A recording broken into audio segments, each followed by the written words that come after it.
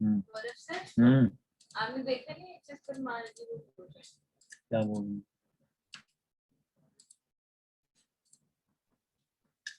मैंने रिकॉर्डिंग की परमिशन दे दी है सभी लोगों को, आप चेक कर लीजिएगा अपने एंड से। किसी को अगर नहीं मिली तो बता दीजिएगा। 2 मिनट वेट कर लेते हैं, एक पर्सन को कनेक्ट नहीं हुआ है।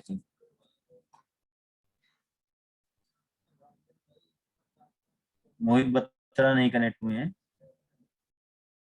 2 सेकंड रुक जाओ फिर, क्योंकि इंपॉर्टेंट टॉपिक है।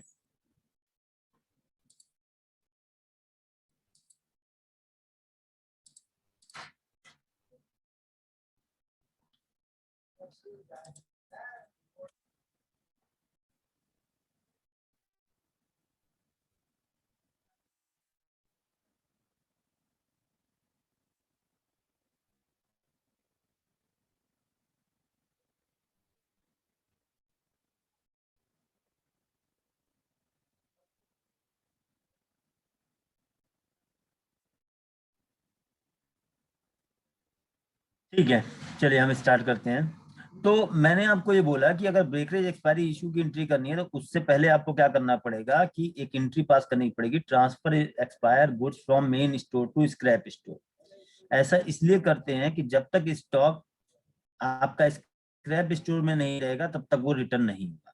तो ये एंट्री करने के लिए हम कहाँ जाते हैं, मास्टर बोला, ट्रांजैक्शन,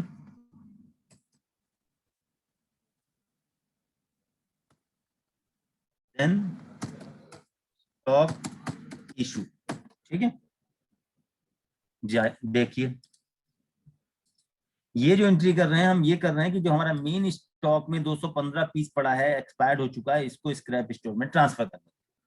हम ट्रांजैक्शन में गए, यहाँ पे देखिए दिया हुआ है स्टॉक इशू, यहाँ पे गए, एंटर किया, यहाँ पे डेट डालिए 15 जनवरी, 15 जनवरी ये मान लीजिए, और यहाँ पे आप लोगे सेल्फ ब्रेकरेज एक्सपायरी। क्लियर, फिर से देख लीजिए क्या करें, और अगर किसी को नहीं समझ में आ रहा तो प्लीज पूछ लीजिएगा।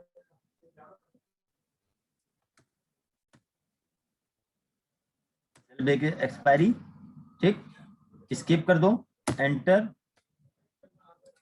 एक मिनट, हाँ एक पर्सन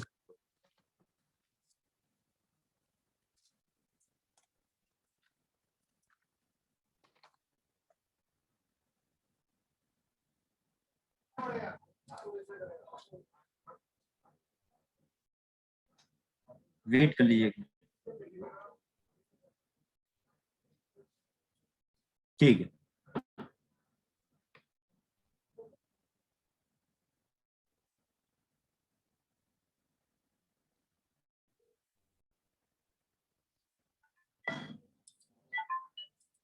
देखिए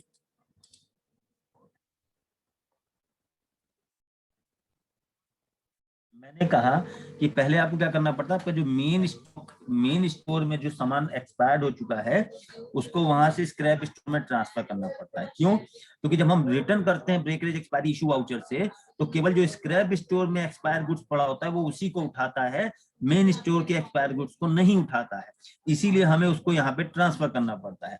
तो transfer expire goods from main store to scrap store. ठीक है,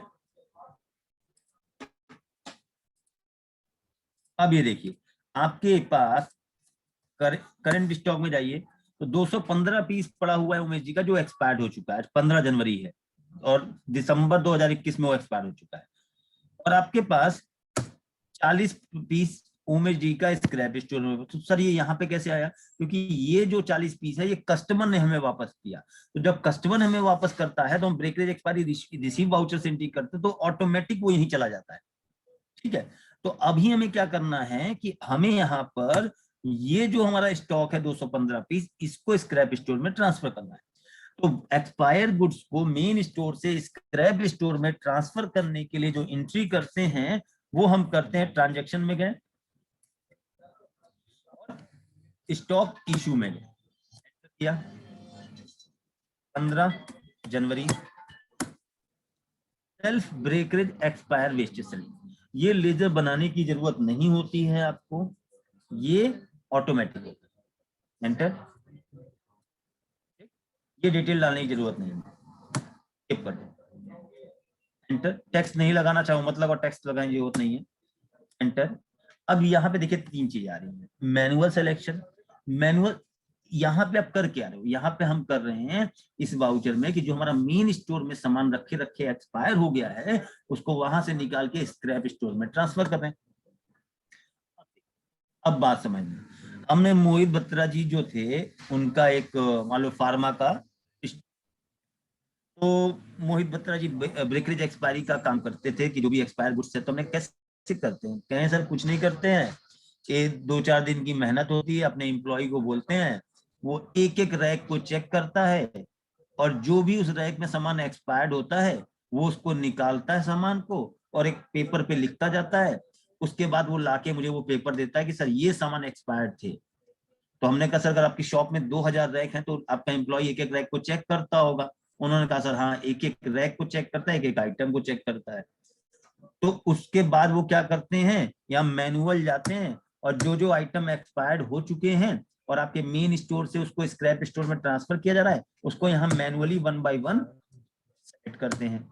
ठीक, हमने कहा इस तरीके से तो बहुत टाइम लगता होगा आपको, इन्होंने कहा हाँ बहुत टाइम लगता है। अब इसका हमने आपको एक आसान तरीका बताया, मोहित जी ने बोला बताइए, हमने कहा आपको एम्प्लॉय से लिस्ट लेने की जरूरत नहीं है, एम्प्लॉय को एक एक रैक चेक करने की जरूरत नहीं है कि कौन कौन सा सामान है जो हमारा एक्सपायर्ड हो चुका है। मोहित जी ने कहा तो फिर कैसे होगा, हमने कहा बता, एंटर किया, एंटर, हमने कह दिया है एक्सपायर्ड बिफोर, यहाँ आपने सॉफ्टवेयर को कंडीशन दी कि 12 सॉफ्टवेयर में हम कर रहे हैं 12-21 वो सारा सामान जिसकी एक्सपायरी डेट 12-21 या उससे पहले की हो, सॉफ्टवेयर के अंदर वो सारा सामान मेन स्टोर से स्क्रैप स्टोर में ट्रांसफर हो जाए। अब आपको नहीं मालूम है कि 12-21 या उससे पहले कौन कौन से आइटम है जिनकी एक्सपायरी डेट ये है, एंटर, कंपनी सेलेक्ट कर लीजिए। ठीक, स्पेस बार से देखिए प्लस माइनस स्पेस बार से हम सेलेक्ट भी कर सकते हैं, अनसेलेक्ट भी कर सकते हैं। कंपनी सेलेक्ट कर लीजिए, एंटर करिए। ये देखिए आपके पास उमेश जी का कितना पीस ट्रांसफर हो रहा है, 215 पीस जो है वो आपके पास एक्सपायर्ड पड़ा हुआ है और आइटम 24 का कितना पड़ा हुआ है, 200 पीस। ठीक, अब इसको टैब देंगे और सेव कर लेंगे, बस ये, और कुछ नहीं करना है। अब जरा अब मुझे बताओ, अगर हम स्टॉक जाके चेक करेंगे यहाँ पे तो क्या उमेश जी का 215 पीस स्टॉक यहाँ दिखाएगा करंट स्टॉक में हमें? नहीं सर। यस, नहीं दिखाएगा। देखो, अरे सर वो कहाँ गया, वो कहाँ चला गया फिर, स्क्रैप स्टोर। F9 प्रेस करो। अब हम सॉफ्टवेयर क्या करेगा, अब हम जब ब्रेकरेज एक्सपायरी इशू की एंट्री पास करेंगे तो ये यहां से वापस कर देगा। देखिए 40 हमें कस्टमर से मिला था 215, तो 40 और 215 255 हो गया। अब देखिए हम ब्रेकरेज एक्सपायरी इशू में गए, एंटर किया, एंटर किया, 16 जनवरी, enter enter enter enter enter enter enter access, बाकी पूरा परचेज रिटर्न है, बाकी कोई इसमें ये पढ़ाने की जरूरत नहीं, बिल्कुल आपने सेल रिटर्न में भी पढ़ा यही चीज, परचेज रिटर्न में भी यही पढ़ा, फिर ब्रेकरेज एक्सपायरी रिसीव में भी पढ़ा, बिल बाय बिल मल्टीपल सब कुछ मालूम है आपको। एंटर एंटर, अब यहाँ पे आप मैनुअल सेलेक्ट का मतलब हम सॉफ्टवेयर को बताएंगे कौन कौन सा आइटम मिस्टर ए को वापस करना है। हमने कहा एक्सपायर्ड बिफोर 12-21 या उससे पहले जितना भी सामान हमारे पास एक्सपायर्ड पड़ा है वो सारा का सारा मिस्टर ए को वापस हो जाए। उसके ये बताओ, ये पढ़ा हुआ है आप लोगों ने, all item supplied by above company selection, इन तीनों का क्या यूज होता है, बताइए जरा, तीनों का क्या यूज है, तीनों में से किसी एक पर्टिकुलर कंपनी का रिटर्न करना हो तो हम लोग कंपनी सिलेक्शन करते हैं, तो उस कंपनी के जितने भी प्रोडक्ट होंगे उस डीलर द्वारा तो वो उनके पास रिटर्न हो जाएगा। और या फिर सप्लाइड यानी कि इन्होंने जितना भी सप्लाई किया है वो आइटम रिटर्न होगा, और ऑल आइटम्स तो जितने आइटम्स हमारे स्टॉक में प्रेजेंट होंगे वो सारे ही रिटर्न होते हैं। देखिए इसमें क्या है, मतलब आप सॉफ्ट जब पर यहाँ पे ब्रेकरेज एक्सपायरी इशू करने जा रहे हो, यहाँ पे एक्सपायर्ड बिफोर किया आपने, सॉफ्टवेयर को बोला 12-21 या उससे पहले जितना सामान एक्सपायर्ड है वो रिटर्न हो जाए, 12-21 या उससे पहले जितना सामान हो वो रिटर्न हो जाए, ऑल आइटम, सारा आइटम वापस हो जाए। अगर ऑल करोगे तो जितने भी आइटम होंगे जिनकी एक्सपायरी डेट 12/21 या उससे पहले की होगी वो सारे इनको रिटर्न हो जाएंगे। लेकिन आप एंट्री किस में कर रहे हो? ब्रेकरेज एक्सपायरी इशू वाउचर में कर रहे हो। केवल वही एक्सपायर्ड आइटम वापस होंगे जो आपके स्क्रैप स्टोर में होंगे। देखिए एंटर करें, ये देखो 255 और 200 ले लिया या नहीं ले लिया। सप्लाइड बाय अबव कंडीशन ये होती, एक्सपायर्ड हो चुके होते, स्क्रैप स्टोर में होते और इनसे खरीदे हुए होंगे तभी वापस होंगे।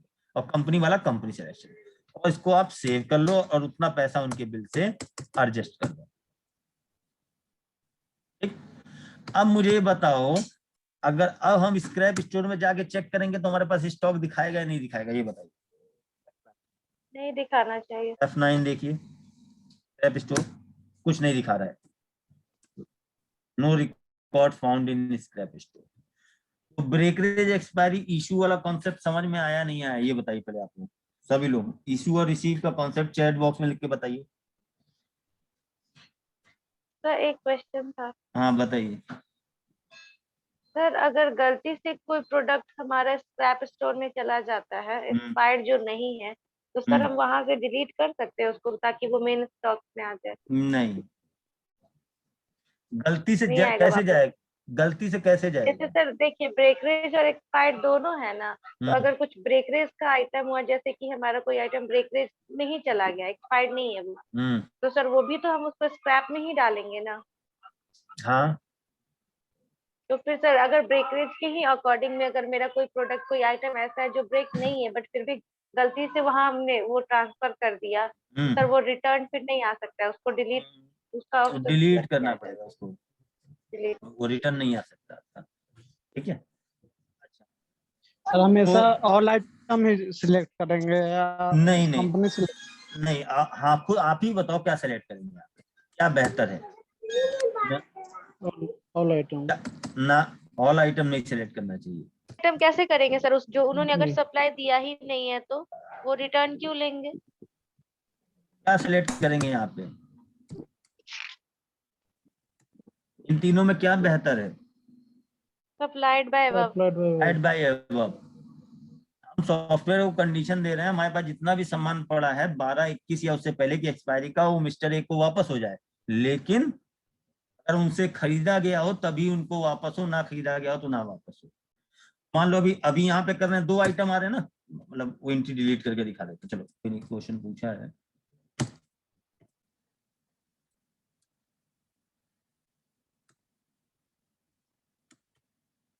एक बार डिलीट कर देते हैं। एंटर किया, 15 जन, डेट जरूर डालिएगा सही इसमें। सर हमारे में तो डेट चेंज होता ही नहीं है, तो ये प्रैक्टिकल करके कैसे देखेगा? क्यों नहीं होता? डेट चेंज नहीं होता है। आप सर आप अगर ही मान तो लीजिए क्या एजुकेशन वाले।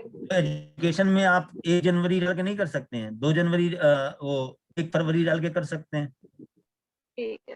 भाई आपने एक्सपायरी दी है 11/2012/21, अब 2 फरवरी को क्या नहीं कर सकते हो उसको, 1 फरवरी को, सॉरी। अब ये देखिए यहाँ एक्सपायर्ड बिफोर पे गए 12/21। अगर सप्लाइड बाय अबव करेंगे, ऑल आइटम करेंगे तो क्यों नहीं ले रहा ये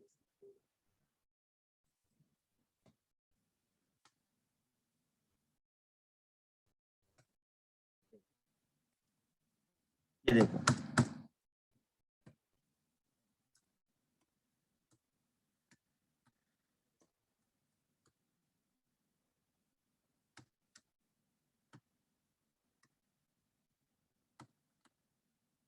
अगर ऑल आइटम करेंगे तो दोनों वापस हो गए। अब मान लो इसमें से आइटम 20 मिस्टर ए से नहीं खरीदा गया है, सॉफ्टवेयर को तो आप कंडीशन दिए हो कि दिसंबर 21 या उससे पहले जो भी सामान एक्सपायर्ड हो मिस्टर ए को वापस हो जाए। लेकिन आइटम 24 आपने मिस्टर ए से नहीं खरीदा है, तो क्या वो मिस्टर ए वापस लेंगे? क्यों नहीं। नहीं नहीं लेंगे? लेंगे। तो तो उस सिचुएशन में अगर आप यहाँ पे डेट डाल दिए, यहाँ पे अगर आपने किया supplied by above, right by अब में ओमेजी वापस होगा, लेकिन आइटम 24 वापस नहीं। क्लियर है या नहीं क्लियर है ये बताइए। चैट बॉक्स में लिख के बताइए सभी लोग मुझे कि ये आपको कॉन्सेप्ट क्लियर हुआ, breakage expiry issue and receive का। यस सर, एक बार ब्रेकरेज Yes, का sir. करके वो बता देती। ब्रेकेज का क्या करके बता दें?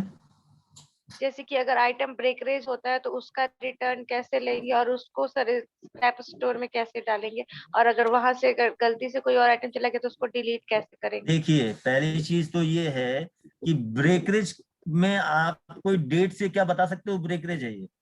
नहीं, उसमें आपको मैनुअल सेलेक्ट करना पड़ता है। जब यहाँ पे आप मान लीजिए रिसीव कर रहे हो आइटम कोई, ठीक है ना, यहाँ जब आप मैनुअल रिसीव करोगे, मान लो ये ब्रेकरेज है, आपको आइटम 24 ब्रेकरेज में मिल रहा है 205 पीस, एंटर करो। रिमार्क पूछ रहा है ना, ये देखो यस सर, ब्रेकरेज 2 पीस वापस ले लिया, ठीक है, सेव कर लिया। ठीक है, अब ये बताइए ब्रेकरेज एक्सपायरी रिसीव से कुछ भी रिटर्न लोगे, चाहे वो ब्रेकरेज आइटम हो चाहे एक्सपायर्ड आइटम हो, अगर ब्रेकरेज एक्सपायरी रिसीव वाउचर से आपने कस्टमर से रिटर्न एंट्री पास किया यहाँ से, तो वो स्टॉक आपके यहाँ कहाँ रिफ्लेक्ट होगा? स्क्रैप स्टोर में। स्क्रैप स्टोर में चेक करिए, ये 2 पीस आ गया ना, 202 पीस, ये देखो। यस सर, यस समझ में आया? Yes sir. तो और सर भाई, हमारे यहाँ कोई आइटम हो जाए तो, हमारे यहाँ मतलब जैसे कि हमारे स्टोर में कोई आइटम ब्रेकरेज हो गया तो हमने भी तो कहीं से खरीद कर ही लाया है, तो उसे रिटर्न करेंगे ना। हाँ, तो अब उसी तरीके से आप क्या करोगे फिर, आपको यहाँ जाना पड़ेगा स्टॉक इशू में, यहाँ पे गए, आपने कहा मैनुअल सिलेक्शन, एक्सपायर बिफोर तो कर ही नहीं सकते हो ना आप, नहीं सर। है ना, मैनुअल सिलेक्शन आइटम का। सर टाइप में एलएस क्या डाले हैं सर? क्या चीज ये टाइप में नहीं सर, कहाँ ऊपर type? डेट के नीचे। अच्छा इसमें नहीं है। उसमें तो कुछ लोकल स्टॉक। वो इसमें तो आएगा ही नहीं ना, वो तो सेल परचेज में आता है, ये तो हम ट्रांसफर कर रहे हैं ना। भैया एक चीज बताओ, तुम अपनी दुकान के अंदर एक रैक से सामान निकाल के दूसरी रैक में रख रहे हो, तो क्या वहां पे टैक्स लगेगा? नहीं सर। नहीं, अभी एलएस क्या 0% दिखा रहा था। हाँ, वो लोकल नो कर रहे हैं, तो ये देखो कह रहा है कि लोकल सेल टैक्स नहीं लगेगा, ठीक है ना। Yes sir. अब यहाँ पे गए मैनुअल सिलेक्शन, एंटर किया, एंटर, आइटम 24 हमारे पास है ही नहीं, एमी फ्रू ले लेते हैं, ठीक है, एमी फ्रू 5 पीस ब्रेकरेज हो गया, ठीक है। यस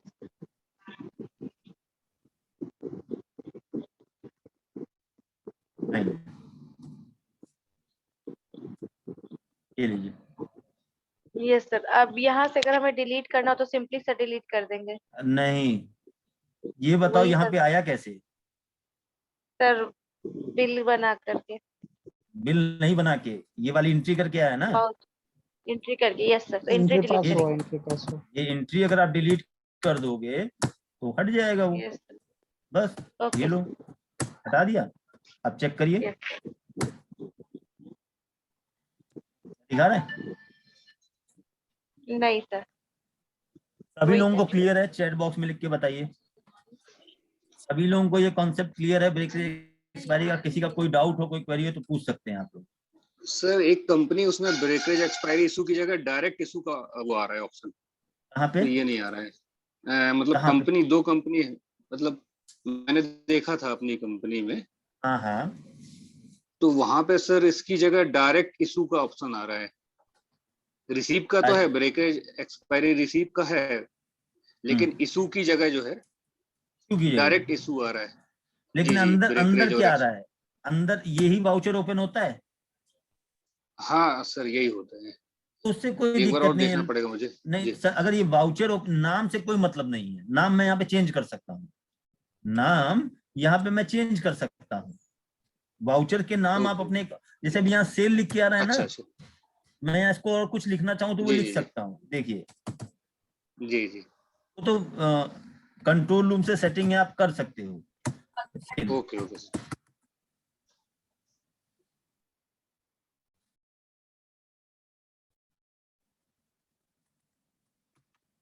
ट्रांजैक्शन में सीधे चले जाते हैं ना, ट्रांजैक्शन नहीं दिया तो। चलो, ये आप रीनेम कर सकते हो।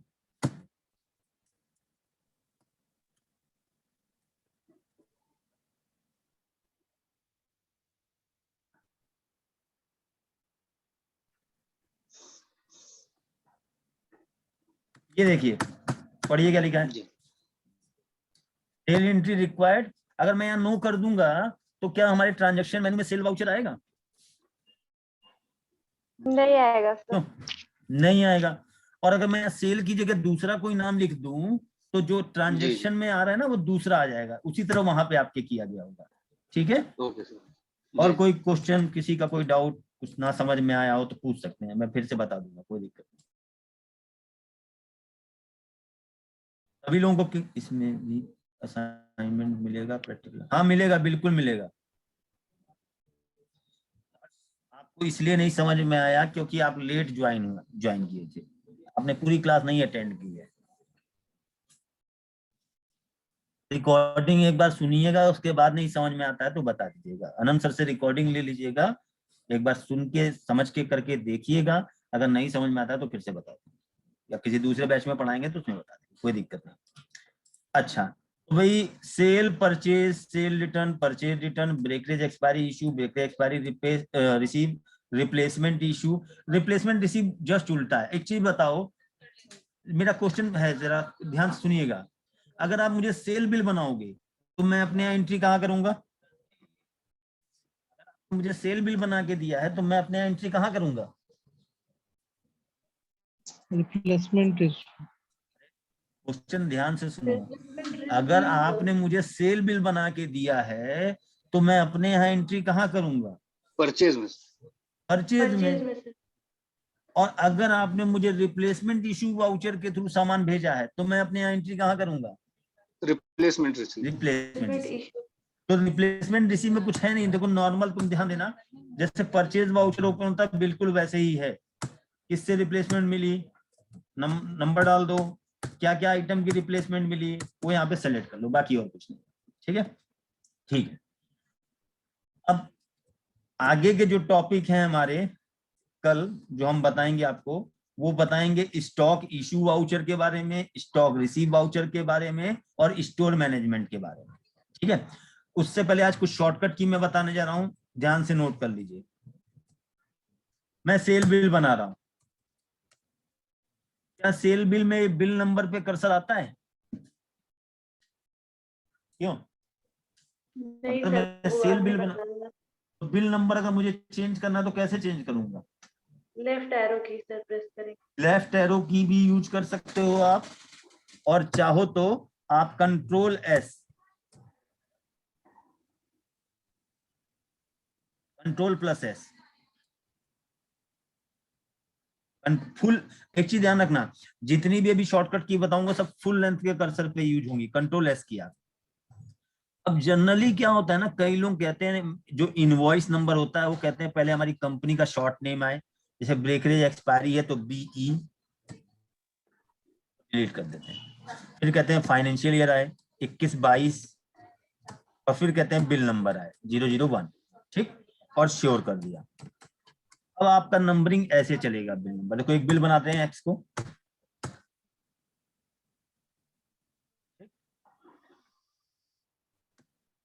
ये देखो, अब दूसरा बिल बनाएंगे तो समझ में आया, मेरा चेंज हो गया ना सीक्वेंस नंबर। कंट्रोल एस करिए और जो आप चाहते हो वो डाल दो, उसके बाद सेव कर दो। अच्छा, अगला, आपने सिलेक्शन ऑप्शन पढ़ा था कंपनी क्रिएट करते समय। कंपनी क्रिएट करते समय आपने सिलेक्शन ऑप्शन पढ़ा था, तो बताएंगे सिलेक्शन में कितने और टाइप्स के ऑप्शन होते हैं? 3 सर, सेल्फ, फीफो और सेल्फ, फीफो और मैनुअल। आपको मालूम है उसका यूज कैसे होता है। तो अगर मुझे उस सिलेक्शन टाइप को चेंज करना है, सेल्फ से फीफो लगाना है या फीफो से मैनुअल लगाना है, तो सर उसको कंपनी मॉडिफाई करके कर लेंगे। वहां जाने की जरूरत नहीं है। Control plus F2 change selection option, लेकिन कहां पे? फुल लेंथ के कर्सर पे। कंट्रोल F2 प्रेस करते हैं, देखो ये क्या लग गया वर्किंग स्टाइल, मैनुअल। क्या लग गया? फीफो। क्या लग गया? सेल्फ। समझ में आया नहीं आया ये बताओ? कंट्रोल CTRL प्लस F2, ये कंट्रोल F2 होती है। ठीक है, आगे देखते हैं। एक बिल बना रहा हूं, ध्यान दीजिएगा।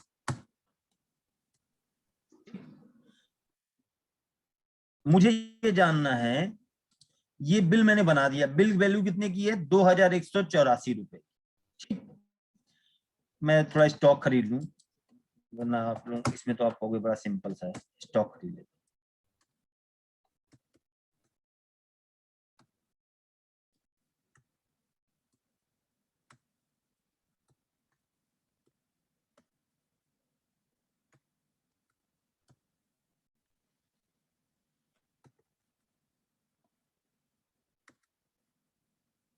अब देखिए सेल बिल बना रहे हैं।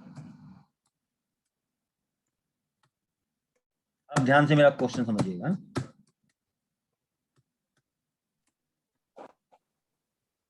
हाँ जी, अब मुझे ये बताइए, बिल बना है 17,472 रुपए का, ठीक। तो सामान बेच रहे हो तो प्रॉफिट पे बेचोगे या लॉस पे बेचोगे, ये बताओ। अब तुम बिजनेस कर रहे हो, सामान बेचोगे तो प्रॉफिट पे बेचोगे या लॉस पे? क्यों? प्रॉफिट पे सर। प्रॉफिट पे।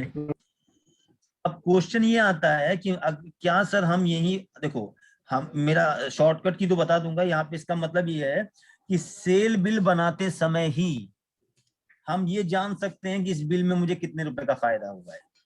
फुल, मैं पहले बता रहा हूं, अधिकतर शॉर्टकट की मार्क में जब फुल लेंथ का कर्सर होगा वहीं पे होगी। शॉर्टकट की होती है प्रॉफिट जानने के लिए Alt प्लस F10, लेकिन कहां प्रेस करेंगे Alt F10? यहाँ पे Alt F10 प्रेस किया, नीचे देखो सॉफ्टवेयर बता रहा है आपको कि भैया जो आपकी लागत है आइटम की वो 8,000 रुपए है, वैल्यू जो है 15,600 रुपए है, तो आपको 76, सर ये वैल्यू 15,600 का है तो 17,000 है। अब बिल वैल्यू तो 17,000, मतलब 17,472, आप तो 15,000 बता रहे हो। नहीं, वो तो 15,600। ये देखिए, ठीक है, ये 16,000 में 400 रुपए का डिस्काउंट दे दिए। 16,000 बिल वैल्यू थी, 400 रुपए का डिस्काउंट दे दिया आप, तो 15,600 ही तो बचेगा। ये शॉर्टकट की समझ में आई? अगला ये ध्यान रखिए, पूछता हूं मैं। अच्छा, एक क्वेश्चन आता है कि मैं सेल बिल बना रहा हूं, ठीक है, ये लास्ट शॉर्टकट की है, बाकी बहुत शॉर्टकट की है यहाँ पे, मैं बताऊंगा सब। मैं सेल बिल बना रहा हूं, सेल बिल बनाते समय मुझे याद आया परचेज की एंट्री करनी है, यानी सेल बिल से मुझे किसी दूसरे वाउचर में मूव करना है। सेल वाउचर से अगर मुझे किसी दूसरे वाउचर में मूव करना है तो वो कैसे करेंगे? एक तो तरीका मुझे, क्या चीज? Alt plus P। लो Alt P कर नहीं दे सर, रहे हैं। F1 परचेज अच्छा। चलान ओपन हुआ है, परचेज सर, वाउचर थोड़ी ना F1 ओपन हुआ। F1 कर दे रहे हैं ये लोग, कुछ नहीं हो रहा है F1 से। F plus F1 sir. Alt F1 भी कर दे रहे हैं, कुछ नहीं हो रहा। नोट करिए F7। अगर आपको सेल वाउचर से किसी दूसरे वाउचर में, किसी दूसरे, मतलब मैं ऐसा नहीं कर रहा हूँ कि परचेज में ही जाना है, purchase, sale, purchase return, sale return, breakage expiry, receive, payment, किसी भी वाउचर में जाना है तो फुल लेंथ के कर्सर पे F7 प्रेस करिए। ये देखिए, तो परचेज में जाना है, एक मिनट, F1 प्रेस करने पे कुछ और ओपन हो गया। इस शॉर्टकट की सब लोग ध्यान रखिएगा, पहले बता रहा हूं।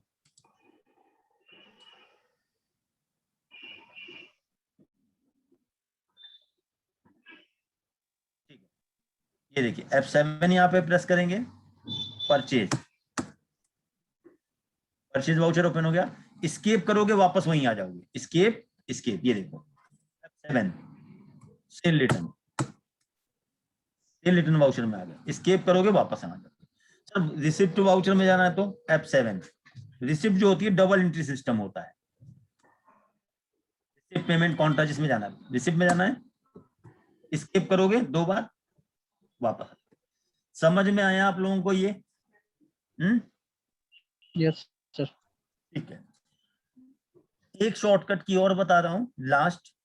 जैसे मान लो मैं कस्टमर वाई को बिल बना रहा हूं, ठीक है, कस्टमर वाई को बिल बना रहा हूं, शिवानी हमारे पास आती हैं, शिवानी कहती हैं कि सर मेरा बकाया बता दो, मैं पेमेंट कर दूं। मैंने कहा शिवानी रुक जाओ, अभी इनको बिल बना रहे हैं, इनका बिल बन जाएगा तो आपको बता देंगे। तो शिवानी का नहीं सर टाइम नहीं है, हमें कहीं जाना है, फिर एक काम करो मैं बाद में आऊंगी तो आप बताना तो पैसे दूंगी। हमने कहा नहीं नहीं नहीं रुको, बिल बनाने से जरूरी है, जो उधार में सामान दे रखे हैं उसका पैसा ले लें। तो किसी की बिलिंग करते समय ही मिस्टर वाई को हम बिल बना रहे हैं और हम किसी दूसरे कस्टमर की आउटस्टैंडिंग जानना चाहते हैं। मान लो मैं वाई को बिल बना रहा हूँ, शिवानी आती है कहती है मेरा बकाया बता, तो अब या तो बिल कैंसिल करके बाहर आओ स्केप करके, देखो, या तो बिल बाहर आओ, अब इनका आउटस्टैंडिंग बैलेंस चेक करो F8 से। देखो F8 शॉर्टकट की होती है, सही तरीका F8 होता है। मिस्टर बी का बैलेंस ये था, क्या मिस्टर बी हमारे 40,992 रुपए से देनदार हैं? यस या नो? नो क्यों भाई? सर, यहाँ तो सही नहीं ना बताता हमेशा। बिल्कुल सही बताया। कल ही मैंने आपको बताया था कि देनदार या लेनदार का बकाया बैलेंस देखना हो तो आप जाओगे बुक मेनू में, यहां से देखोगे, ठीक है ना। अब देखो बात समझ में मिली, मैं सेल बिल बना रहा हूं, एक कस्टमर को मैं सेल बिल बना रहा हूं मिस्टर वाई, ठीक है।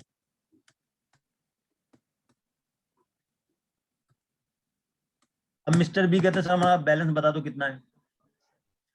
तो बिल बनाते समय अगर किसी कस्टमर का बैलेंस देखना है तो F8 प्रेस करो, F8 करो यहीं पे, मिस्टर बी का, इस पे फिर से F8 प्रेस करो, एंटर। देखो आउटस्टैंडिंग खुल गया ना बकाया वाला, यही वहां पे भी खुलता है। हमने कहा भाई आपका आउटस्टैंडिंग बैलेंस है 40,000 रुपए, 40,992 रुपए। उन्होंने कहा सर इतना कैसे हो गया? हमने कहा देखिए एक बार आप 44,800 रुपए का सामान लेके गए थे, उसमें से 5600 का कुछ वापस किया होगा तो बैलेंस इतना बचा है, और फिर एक बार आप 17,092 रुपए करे। उनका ठीक, क्लियर, समझ में आया नहीं आया? क्या किया मैंने? F8 किया, अगेन जिसका बैलेंस देखना है F8 प्रेस करो उस पे और एंटर कर दो। हाँ जी, समझ में आ गया ये? यस मैंने सर। बिल नंबर चेंज करने की शॉर्टकट की बता दी, सिलेक्शन ऑप्शन चेंज करने की शॉर्टकट की बता दी, और आपको प्रॉफिट कैसे फाइंड आउट करेंगे उसकी शॉर्टकट की बता दी है, एंड आपको मैंने मूव करने की किसी परचेज वाउचर सेल वाउचर में से जाने किसी दूसरे, हाँ, और आउटस्टैंडिंग बैलेंस। ये नोट कर लीजिएगा, कम से कम 50-60 शॉर्टकट की हैं सेल बिल में रह के ही, 50 तो मिनिमम है, सेल बिल में रह के हम शॉर्टकट की का यूज कर सकते हैं। तो आगे धीरे धीरे हम और भी आपको बताते रहेंगे, ठीक है। ब्रेकरेज एक्सपायरी इशू का जो असाइनमेंट है वो नेक्स्ट जो लेवल का असाइनमेंट है उसमें है, तो वो आगे आप लोगों को मिल जाएगा करने के लिए, ठीक है ना। अभी आज हम इतना रख रहे हैं, कल स्टॉक इशू, रिसीव और स्टोर मैनेजमेंट, ये 3 टॉपिक हम लोग डिस्कस करेंगे, ठीक है। तो हो सकता है आपका सैटरडे को टेस्ट हो, इस सैटरडे को, ठीक है। तो टेस्ट कैसे होगा, आपकी यूजर आईडी पासवर्ड क्या होगा, वो सब हम आपको कल बता देंगे, ठीक है। सर तो हाँ सर, तो ये ब्रेकरेज एक्सपायरी का भी टेस्ट होगा सर? जितना पढ़ाया है उतने का टेस्ट लूंगा सर, तो इसका एक बार असाइनमेंट हो जाता, उसके बाद हो जाता, सर एक बार हम तो वापस से कर असाइनमेंट, लेते एक तो चीज ठीक बताओ ना, असाइनमेंट तो आप लोग खुद कर सकते हो ना। आपको क्या करना है, है। आप एक आइटम खरीदो, उस आज 19 जुलाई है, 29 जुलाई है, एक परचेज की एंट्री पास करो, 2 आइटम क्रिएट कर लो, और जब उसकी एक्सपायरी डेट डालना तो दिसंबर 2021 डाल देना, बस। परचेज करने के बाद 29 जुलाई को ही उसको सेल कर दो, और फिर जनवरी में उसको ब्रेक एक्सपायरी से रिटर्न ले लो, ठीक है। क्या करना है इसमें, ठीक। चलिए मैं मीटिंग एंड कर रहा हूँ, बाकी हम लोग कल कंटिन्यू करेंगे, ठीक है। Thank you very much.